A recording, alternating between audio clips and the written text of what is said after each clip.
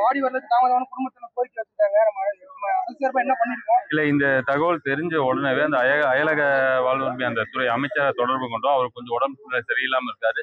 இருந்தாலும் அவர் என்னன்னா உடனடியான அதுக்கு நடவடிக்கை எடுத்து அந்த விபத்து நேர்ந்ததுக்கு ரொம்ப வருத்தமும் தெரிவிச்சு அந்த உடலை இங்க கொண்டு வரக்கான ஏற்பாடு முழு வீச்சில் நடந்துட்டு இருக்கு. எனக்கு தெரிஞ்சு இன்னைக்கு நைட்டுக்குள்ள நான் அதுக்கான பதில சொல்லிடுறேன். பழனி முருகன் கோயிலுடைய சொத்து 100 கோடி மதிப்புள்ள வந்து பத்மா பதிவு பண்ணிருக்காங்க புகார் எழுந்திருக்கு. அது ஒரு நாளைக்கு வந்திருக்கும். இது சம்பந்தமா நீங்க கோயில் விசாரிச்சீங்கன்னா இது தெரிஞ்சவொடனே இன்னைக்கு என்னன்னா திண்டுக்கல் மாரியம்மன் கோயில் ரொம்ப நாளா அந்த கட்டடங்கள் 3 மாசமா சரியா பராமரிப்பு இல்லாம இருந்து சொல்லி அந்த இடத்துக்கு போகும்போது இந்த தகவல் தெரிஞ்சு உடனடியாக அந்த துறை அமைச்சர் திரு ரமேஷை தொடர்பு கொண்டு கேட்கும்போது அவங்க மேல வந்து வழக்கு பதியப்பட்டு இருக்கு. அந்த நிலங்கள் வந்து முறைகேடாக எடுத்து இருந்தாலும் உடனடியாக மீட்கப்படும் அப்படின்னு சொல்லி உறுதி வச்சிருக்காரு. நான் அதை பத்தி சொல்லியிருக்கேன். அதான் சொன்னேன், திண்டுக்கல் வந்து என்னோட அப்பா அம்மா 2 பேர்த்தோட ஊரும் திண்டுக்கல் தான். ஸோ இந்த திண்டுக்கலை வளர்த்த வேண்டியது என்னோட மிகப்பெரிய பொறுப்பு, என்னோட கடமை. அதுக்கான வாய்ப்பை கடவுளை ஏற்படுத்தி கொடுத்துருக்காருன்னு நினைக்கிறேன். பரவலா திண்டுக்கல் சுற்றி பார்த்தா எந்த பக்கமும் வளர்ச்சிங்கிறது இல்லை. ஈவன் மாநகராட்சி பகுதியே ரொம்ப பின்தங்கி தான் இருக்கு.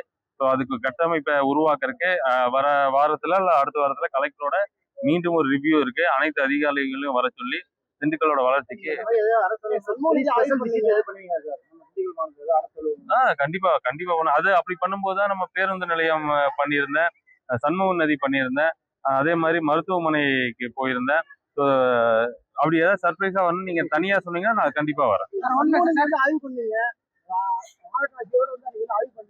எதுனா அத வந்து தூர்வாரணும். அது போக வந்து அந்த நம்மளுடைய அறநிலையத்துறையில அந்த பழனி கோயில இருக்க அந்த கழிவு நீர் எல்லாம் அதுல கலக்கிறதா சொல்லி சொல்லியிருந்தாங்க. அந்த ஜேசி உறுதி கொடுத்திருக்காரு. அத ஜேசி உறுதி கொடுத்திருக்காரு. அந்த இடத்துல இருந்து வர கழிவு நீர்களை நாங்க தடுத்து மாற்று வழி செஞ்சிடறோம்.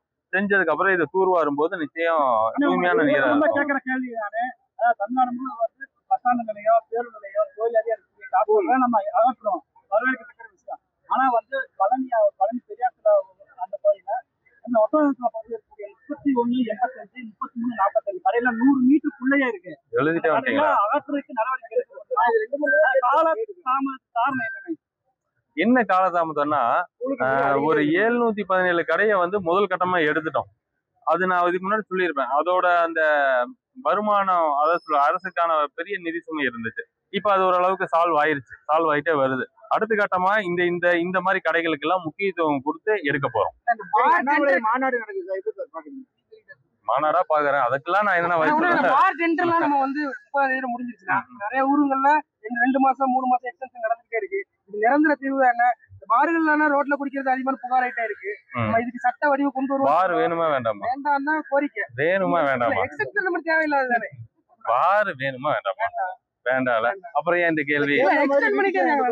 அதாவது தஞ்சாவூர் மாவட்டத்துல வந்து 30 கடைகளுக்கு வந்து பார் எக்ஸ்டென்ட் பண்ணிருக்காங்க. என்ன காரணம் அப்படின்னா ரோட்ல இருந்து குடிக்கிறாங்க, இப்படி எக்ஸ்டென்ட் பண்ணிட்டே போன 2 மாசம் தஞ்சாவூர் மட்டும் இல்லையா, மொத்த தமிழ்நாட்டிலேயே அப்படித்தான். தஞ்சாவூர்ல அப்படி மேலாளர் சொல்லியிருக்காரு.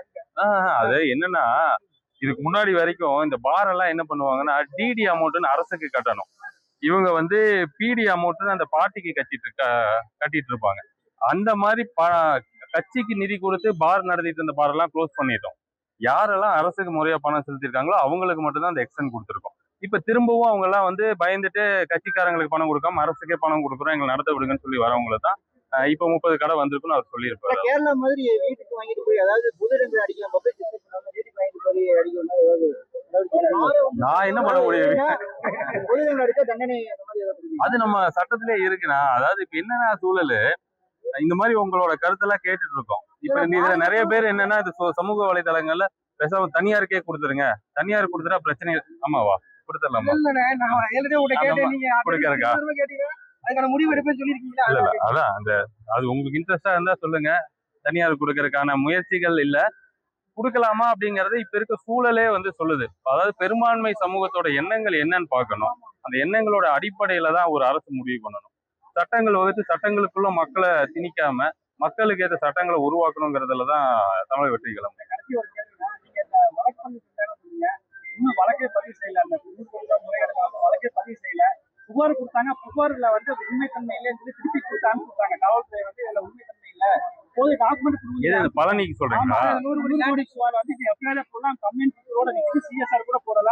அது டாக்குமெண்ட் இன்னும் கோயிலோட ஒப்படைக்கலைங்கிறதால அது எப்படிங்க இருக்கு? நீங்க வழக்கு செஞ்சாங்கன்னு சொன்னீங்க, அமைச்சர் சொன்னது எப்படி நான் பாக்குறேன்? இங்க பாத்தீங்கன்னா நான் வந்து அந்த துறை மினிஸ்டர் எப்ப பேசுறேன்னு சொல்லிடுறேன் பாருங்க. கூட நீங்க போன்ல பேசலாமே. பேசிட்டேன், அதான் இருங்க ஒரு நிமிஷம். எப்போ அந்த துறை 3/16க்கு அந்த 3/16க்கு இப்போ அந்த துறை இந்த தகவல் எனக்கு தெரிஞ்சோடனே ஃபர்ஸ்ட் அவருக்கு ஃபோன் பண்ணேன். அவர் எடுக்கல. திருப்பி அவர் என்னை கூப்பிட்டாரு. கூப்பிட்டு கேட்கும்போது இந்த தகவல் அவர் சொன்னது என்ன, ஒரு 2 பேர் அந்த மாதிரி ஒரு முறைகேடுல ஈடுபட்டிருக்காங்க, அவங்க மேல வழக்கு பதிவு பண்ணிருக்குன்னு சொன்னாங்க. வரும்போது அதை செக் பண்றதுக்கு நானும் சமூக வலைதளங்கள் பார்க்கும்போது வழக்கு பதிவுபட்டிருக்கிறதா செய்தி வந்திருக்கு. அப்படியா? எனக்கு தெரிஞ்சு போட்டிருக்கு, வேணா உள்ள பாருங்க. சரி போட்டுறலாம் யாருன்னு பார்த்து. சரி, அது அப்ப யார் பண்ணாலும் தப்பு தானே. நான் இன்னைக்கு எப்பவுமே ஒண்ணுதான் சொல்லுவேன், அது யார் இவர் பண்ணாலும் தப்பு தான், நான் பண்ணாலும் தப்பு தான். தப்பு பண்ணனால நிச்சயம் வழக்கு பதியப்படும், தண்டனை கொடுக்கப்படும். கோரிக்கடவா?